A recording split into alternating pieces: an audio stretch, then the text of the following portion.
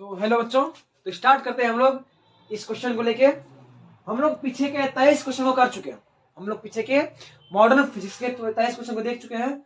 आज हम 24वां क्वेश्चन को लेके आए हैं और उससे आगे आज मॉडर्न फिजिक्स हो जाएगा फिनिश। तो डोंट वरी, आप देखते रहिए। तो इसमें क्या है कि एनालॉग सिग्नल और डिजिटल सिग्नल से आप क्या समझते हैं? क्या है एनालॉग सिग्नल और डिजिटल सिग्नल से आप क्या समझते हैं? एनालॉग सिग्नल किसको बोलते हैं? तो ऐसा संकेत जो समय के साथ लगातार बदले। क्या हो? समय के साथ लगातार बदले, न्यूनतम से अधिकतम के मान के बीच में क्या हो? लगातार बदले, कंटिन्यू बदले, उसे एनालॉग कहते हैं। और डिजिटल किसको बोलते हैं? जो समय के साथ तो बदलता है लेकिन एक मैक्सिमम मिनिमम ऐसे नहीं, ऐसे हो रहा है इन्हें कि थोड़ा थोड़ा थोड़ा कर करके बढ़े फिर घटे फिर बढ़े फिर घटे, ऐसा नहीं होता है। ठीक है ना? तो ऐसा सिग्नल जो समय के साथ निरंतर बदले उसे एनालॉग कहते हैं। और ऐसा सिग्नल जो समय के साथ up and down, maximum minimum ये हो, उसे क्या कहते हैं? Digital signal. ठीक है? इसका सबसे अच्छा एग्जांपल है बाइनरी। आप देखिए इसको, स्क्रीनशॉट ले लीजिए।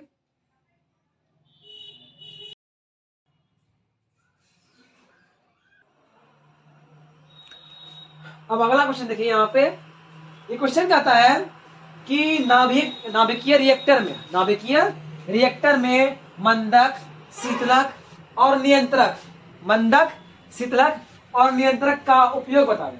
नाभिकीय रिएक्टर में मंदक, शीतलक और क्या है? नियंत्रक क्षार का उपयोग बताएं। तो मंदक का उपयोग क्या है? तो मंदक क्या करता है जानते हैं? जैसे इलेक्ट्रॉन भेजे तो क्या क्या इसको मतलब कि एनर्जी भेजे नाभिक द्वारा उसे इलेक्ट्रॉन निकलेगा बहुत तेजी से गति से। तो मंदक क्या करता है कि तेजी जो न्यूट्रॉन जो निकलता है, न्यूट्रॉन और प्रोटॉन दोनों जो निकलता है, तो न्यूट्रॉन का गति को क्या करता है? मंदक धीरे करता है, स्लो करता है। तो मंदक का उपयोग न्यूट्रॉन की गति को मंद करने के लिए, न्यूट्रॉन की गति को मंद करने के लिए किया जाता है। इसका उपयोग, मंदक का उपयोग न्यूट्रॉन की गति को मंद करने के लिए किया जाता है। साधारणतः मतलब कि जनरली जो मंदक के रूप में हम भारी जल लेते हैं, ये D2O H2O पढ़ते हैं ना, तो D2O नहीं है भारी जल, साधारण जल वही H2O, या ग्रेफाइट या बेरियम ऑक्साइड, इस सबका उपयोग किया जाता है मंदक के रूप में।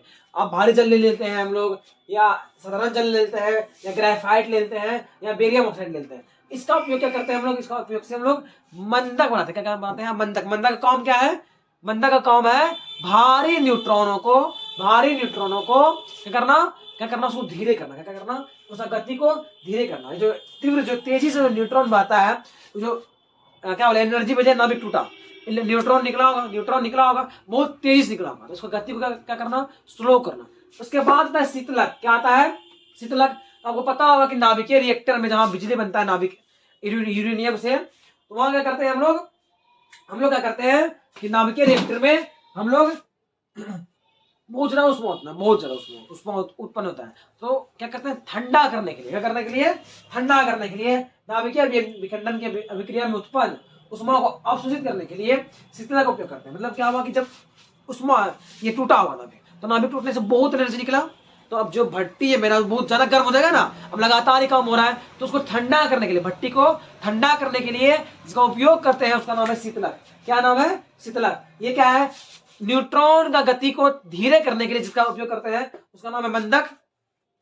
और नाभिकीय रिएक्टर का जो होता है, नाभिकीय रिएक्टर को ठंडा करने के लिए जिसका उपयोग करते हैं उसका नाम क्या है? मंदक। अब आगे देखिए, जो शीतलक जो होता है, शीतलक इसका एग्जांपल है सोडियम और पोटेशियम का द्रवित रूप, जो द्रवित रूप से मिश्र धातु बनाते हैं, उससे हम इसको करते हैं, पानी से करते हैं। तो ये भारी पानी है, ये D2O, या फिर कार्बन डाइऑक्साइड और हवा, इस सब का उपयोग करते हैं। हवा करते हैं, कार्बन डाइऑक्साइड का करते हैं। ऐसे जनरली सोडियम और पोटेशियम का मिश्र धातु का करते हैं। और उसको इसके साथ तो तरल रूप में उसको क्या करते हैं? सोडियम और पोटेशियम को मिलाए, इसको द्रवित कर दिए, और ये जो बना मिश्र धातु उसका उपयोग करते हैं हम लोग ठंडा करने के लिए, मंदक और शीतलक। अब आता है नियंत्रक क्षार। तो नियंत्रक क्षार समझ लेते हैं, पहले समझ लेते हैं, आपको लिखा देंगे। नियंत्रक क्षार क्या होता है? तो जैसे मानिए कि ये रिएक्शन हुआ, एक न्यूट्रॉन 3 को टूटा, एक नाभिक 3 को टूटा, अब ये फिर 3 को टूटेगा 3 को में, फिर 3 टूटेगा 3 को में, टूटता है ना, भूल गए 3 टूटता है। ये जो टूटता है 3 में, ये 3 में जो टूटता है, अब क्या करता है हम लोग नियंत्रक क्षार रखते हैं, हम लोग क्या करते हैं नियंत्रक क्षार रखते हैं। ये क्या होता है इसे समझिए, यहाँ समझा होगा, क्या रखिए, एक टूटा 3 में, फिर 3 टूटेगा 3 में, ये भी टूटेगा 3 में, ये भी टूटेगा 3 में।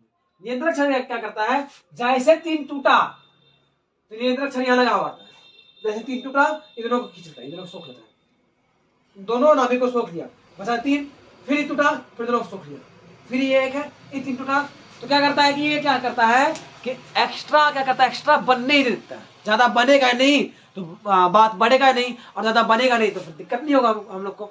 तो हम लोग क्या करते हैं नियंत्रक क्षण का उपयोग करते हैं नाभिकीय रिएक्टर को, नाभिकीय रिएक्शन को कंट्रोल करने के लिए, किसके लिए, कंट्रोल करने के लिए। तो इसको हम लिख देंगे, आप इसको देखिए पहले, तो बंधक क्या है, इसका उपयोग तीव्र न्यूट्रॉन की गति को बंद करने के लिए किया जाता है। शीतलक क्या है कि इसका उपयोग नाभिकीय रिएक्टर को ठंडा करने के लिए किया जाता है। आप देखिए इसको, आप लिखिए,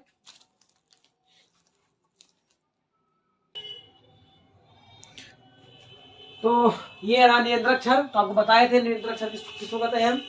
तो मतलब कि जो एक्स्ट्रा जो इलेक्ट्रॉन बनता है, एक्स्ट्रा जो न्यूट्रॉन नाभिक टूटता है, या फिर से बनाते हैं, एक नाभिक 3 हो, ठीक है। अब ये फिर 3 टूटेगा, ये 3, ये 3, तो 1 से 3 हुआ, 3 से 9 हो गया, 9 से कितना हो जाएगा। तो क्या करते हैं हम एक क्षार लगाते हैं बोरोन का या कैडमियम का, बोरोन का या कैडमियम का क्षार लगाते हैं।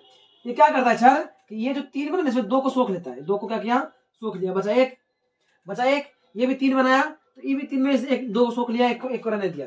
तो क्या करता है कि ये क्या करता है कि नाभिकीय विखंडन में अभिक्रिया के फलस्वरूप उत्पन्न न्यूट्रॉनों को नियंत्रित अवशोषण के लिए नियंत्रित अवशोषण के लिए नियंत्रक क्षय का उपयोग किया जाता है, ताकि नाभिकीय अभिक्रिया अनियंत्रित ना हो सके। जैसे कैडमियम और बोरोन का क्षय, इसका उपयोग किया जाता है। लिखिए इसको, अगला क्वेश्चन देखते हैं। अगला क्वेश्चन भी सिंपल है, आधार बैंड, बैंड की चौड़ाई और फीडिंग क्या है। आधार बैंड की चौड़ाई और फीडिंग क्या है। तो आधार बैंड क्या है, देखिए, तो किसी सूचना स्रोत से प्रेषित सिग्नल में आवृत्ति बैंड को आधार बैंड कहते हैं, आवृत्ति बैंड को आधार बैंड कहते हैं। समझिएगा यहाँ क्या बोला, वो क्या बोला, ये बोल रहा है कि कोई सूचना स्रोत है, कोई सूचना है, जहां से हम सूचना सोचे, तो यहाँ से जो इसमें क्या बहुत सारा सूचना स्रोत में क्या है कि जहां से ट्रांसमिट करते हैं, ट्रांसमिट सिग्नल होता है, जैसे मान लीजिए यहाँ से निकाले, तो सिर्फ एक तरफ तो निकालेंगे, उसमें जो आवृत्ति बैंड है ना, उसमें जो आवृत्ति बैंड है उसको हम लोग क्या बोलते हैं, आधार बैंड। क्या बोलते हैं, आधार बैंड। कोई सूचना स्रोत से जो निकला, सूचना स्रोत से प्रेषित हुआ, निकला, ट्रांसमिट हुआ, कोई सूचना स्रोत से ट्रांसमिट हुआ, तो उसमें जो उस ट्रांसमिट सिग्नल में जो आवृत्ति बैंड है, उस बैंड को बोले आधार बैंड। अब बैंड का चौड़ाई क्या होता है, बैंड का चौड़ाई क्या होता है, तो किसी सिग्नल में अधिकतम और न्यूनतम, अधिकतम मान लीजिए चलो इस तरह से, तो ये अधिकतम, ये न्यूनतम, इसके अंतर क्या बोलते हैं हम लोग, बैंड का चौड़ाई। इसके अंतर क्या बोलते हैं, बैंड का चौड़ाई। किसी सूचना या किसी सिग्नल में अधिकतम आवृत्ति और न्यूनतम आवृत्ति, अधिकतम आवृत्ति और न्यूनतम आवृत्ति के अंतर क्या बोलते हैं हम लोग, बैंड का चौड़ाई। और फेडिंग क्या है, फेडिंग क्या है, तो समझिएगा बात तो एकदम सिंपल है। यहाँ सिग्नल निकला, ठीक है, जो समझिएगा बात, यहाँ सिग्नल निकला और आयन मंडल में गया, टकरा गए, फिर वहां से ग्राहक तक गया, यानी रिसीवर तक गया। यहाँ से निकाले कहाँ गया, आयन मंडल के पास गया, और वहां से फिर रिसीवर के पास आया। तो जब वहां से आता है ना तो बहुत सा किरण आता है, क्या था, बहुत सा किरण आता है। अब क्या होता है, जब एक से अधिक किरण आएगा तो एक दूसरे को टकराएगा, और किरण का टकराना ही तो व्यतिकरण है। तो क्या होता है, इसका व्यतिकरण जब क्या होता है इसमें कि जैसे बहुत सा सिग्नल आया तो क्या होता है कि यहाँ पे व्यतिकरण होता है। क्या होता है व्यतिकरण, तो व्यतिकरण में क्या होता है कि तरंग का शक्ति कम होता है तो बढ़ता है घटता है, जो भी होता है, कभी कभी बढ़ता है कभी घटता है। तो जो बदलाव होता है समय के साथ, कभी बढ़ गया कभी घट गया, कभी कुछ हो गया कभी कुछ हो गया। व्यतिकरण से सिग्नल में जो बदलाव आता है उसे क्या बोलते हैं, फेडिंग। क्या बोलते हैं, फेडिंग। देखिए आप, फेडिंग, आधार बैंड, बैंड चौड़ाई, देखिए जल्दी से।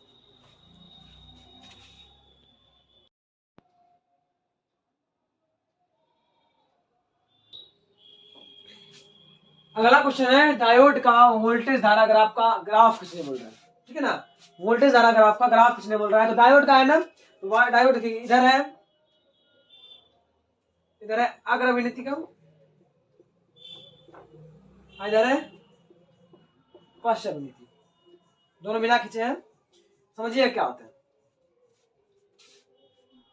ये क्या होता है कि जब अगर अभिनीति जोड़ते हैं, जब पी को पॉजिटिव से एन को नेगेटिव जोड़ते हैं, पी को पॉजिटिव एन को नेगेटिव जोड़ते हैं, तो क्या होता है, धारा बहता है। जब इधर से जोड़ते हैं तो आराम से धारा बहता है। तो ये आराम से धारा, पोटेंशियल बढ़ाए धारा बढ़ा, पोटेंशियल बढ़ाए धारा बढ़ा, ये आराम से बढ़ते चल जाता है।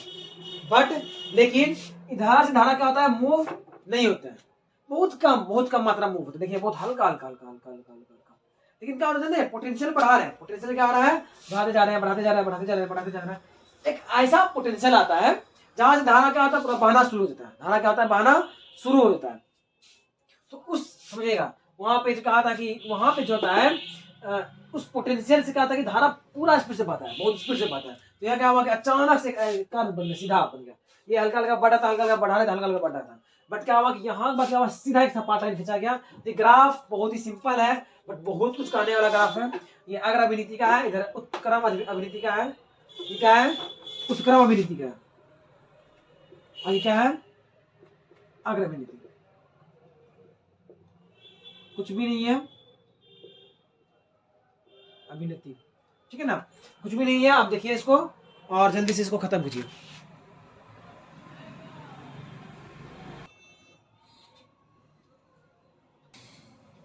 बहुत ही मस्त क्वेश्चन है ये। इस क्वेश्चन में बोलता है कि ये क्वेश्चन थोड़ा दिखने वाला है। बोलता है नैंड गेट है, बोल रहा है क्या, एक नैंड गेट है और उसका सत्यता सारणी लिखने बोल रहा है और बुलियन लिखने बोल रहा है। बट थोड़ा सा दिक्कत बात क्या है कि इनपुट एक है, आउटपुट भी एक है, मतलब डालने वाला एक है और निकालने वाला भी एक है। अब समझिएगा बात को। आपको पता है क्या है, आपको पता है, आपको बताए थे कि नैंड गेट एक यूनिवर्सल गेट है। मतलब नैंड गेट से आप और गेट भी बना सकते हैं, एंड भी बना सकते हैं और नॉट भी बना सकते हैं। ये जो बना हुआ है, ये बना है नैंड गेट से बना नॉट गेट है। देखिए आप यहाँ पे, अब हम इसको दिए जीरो, क्या दिए, जीरो, यहां से क्या जीरो, यहां से क्या जीरो। एंड क्या करेगा इसको, जीरो को जीरो देगा, बट और क्या करेगा, उसको उल्टा करेगा। सॉरी, नॉट क्या करेगा, इसका उल्टा, जीरो को एक में बदलेगा। याद है ना, आपको याद होना चाहिए। ध्यान रखिए, ये इस तरह से है।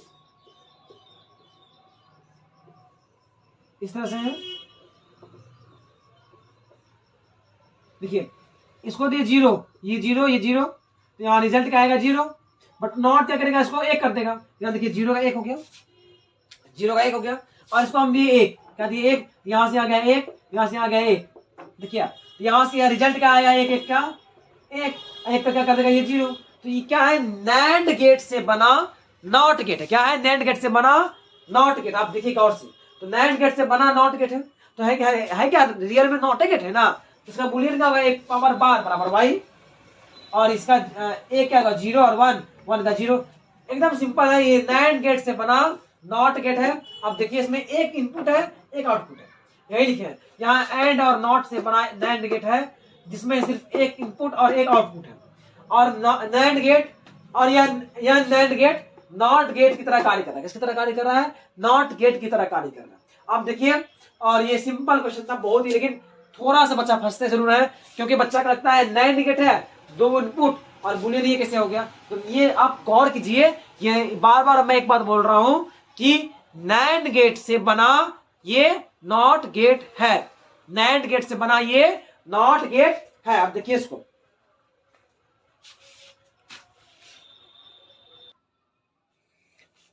अभी दो क्वेश्चन है, बहुत ही सिंपल सब क्वेश्चन है। पहला क्वेश्चन है कि टीबी का जो है ना, ये कैच करने की सीमा या फिर ट्रांसमिटिंग सीमा को बढ़ाने का कोई दो उपाय बताइए। दो तरीका है, सिंपल तरीका है कि या तो आप जो ट्रांसमिट जहां से कर रहे हैं, जहां से निकाल रहे हैं, उसका हाइट बढ़ा दीजिए, टावर जो है जहां, उसका हाइट क्या कर दीजिए, बढ़ा दीजिए, तो दूर तक फैलाएगा। पहला तरीका क्या है, जो टावर है, जो मेरा टावर है, जो जहां से हम निकाल रहे हैं, इसको भेज रहे हैं, उसका हाइट क्या कीजिए, बढ़ा दीजिए। जैसे टीवी को मान लीजिए, टीवी एक्सटर्नल मान लीजिए इस टावर से मिलता है, तो हम इसका हाइट और क्या करेंगे, ऊंचा कर देंगे। तो क्या होगा, दूर तक फैलेगा नहीं फैलेगा। तो क्या करेंगे, टावर को ऊंचाई बढ़ा करके, पहला तरीका। दूसरा क्या है, घर में जो छतरी लगा है, घर में जो छतरी लगा है, ठीक है ना, तो उसका भी ऊंचाई बढ़ा दीजिए। जो घर में छतरी लगा है, आपका घर में लगा है फर्स्ट फ्लोर पे, उसको खोल करके सेकेंड या थर्ड जहां तक हो रहा है, जहां तक आपका घर है वहां लगाइए, देखिएगा सिग्नल जल्दी मिलेगा। क्यों होता है, तो क्या होता है कि जहां जैसे मान लीजिए कि नीचे लगा हुआ है, तो वो घर आके इसको अवरुद्ध करेगा ना, तो क्या लिखा है, एकदम सेम लिखा है कि या तो टावर का ऊंचाई बढ़ा के, और दूसरा है रिसीवर का ऊंचाई बढ़ा करके। दो ही रीजन है, दो तरीका है, पहला है टावर का ऊंचाई बढ़ाइए और दूसरा है रिसीवर का ऊंचाई बढ़ाइए। तो क्या है यहाँ पे, टावर को ऊंचाई बढ़ाकर प्राप्ति एंटीना की ऊंचाई बढ़ाकर, जिससे यह प्रसारण एंटीना से आते हुए सिग्नल को सीधा अवरुद्ध कर सके, सीधा अवरुद्ध कर, सीधा कैच कर सके, ठीक है ना, सीधा उसको कैच कर सके। सिंपल था, पहला टावर को ऊंचाई और दूसरा है एंटीना को ऊंचाई। पहला क्या है, टावर को ऊंचाई बढ़ाकर और दूसरा है जो प्राप्त कर रिसीवर को ऊंचाई बढ़ाकर। दूसरा क्वेश्चन है 30 नंबर, दिए गए गेट को पहचाने और उसका ट्रूथ टेबल लिखे, यानी सत्यता सारणी लिखे। तो क्या है, दिया गया गेट कौन सा लिखे, यहाँ पे कौन सा गेट है, किसका है, एकदम सिंपल है, नॉट गेट का है, किसका है, नॉट गेट है, बुलियन का हुआ ए पी पावर बार बराबर वाई, एकदम बहुत बार हम लोग कर चुके हैं क्लास में, ए पी पावर बार बराबर वाई। सत्यता सारणी क्या है, तो 0 1 0 1 1 0, ये क्या करता है, उल्टा करता है ना, 0 का 1 1 का 0, सिंपल था, देख लीजिए एकदम सिंपल है।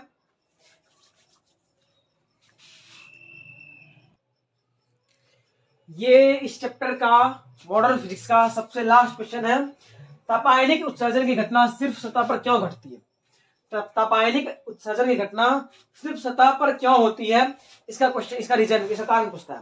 आपको पता है तापायनिक उत्सर्जन क्या होता है, पता है ना क्या होता है इसमें, कि हम कोई वस्तु को एनर्जी देते हैं, बाहर से उष्मा आते हैं, क्या करते हैं, गर्म करते हैं।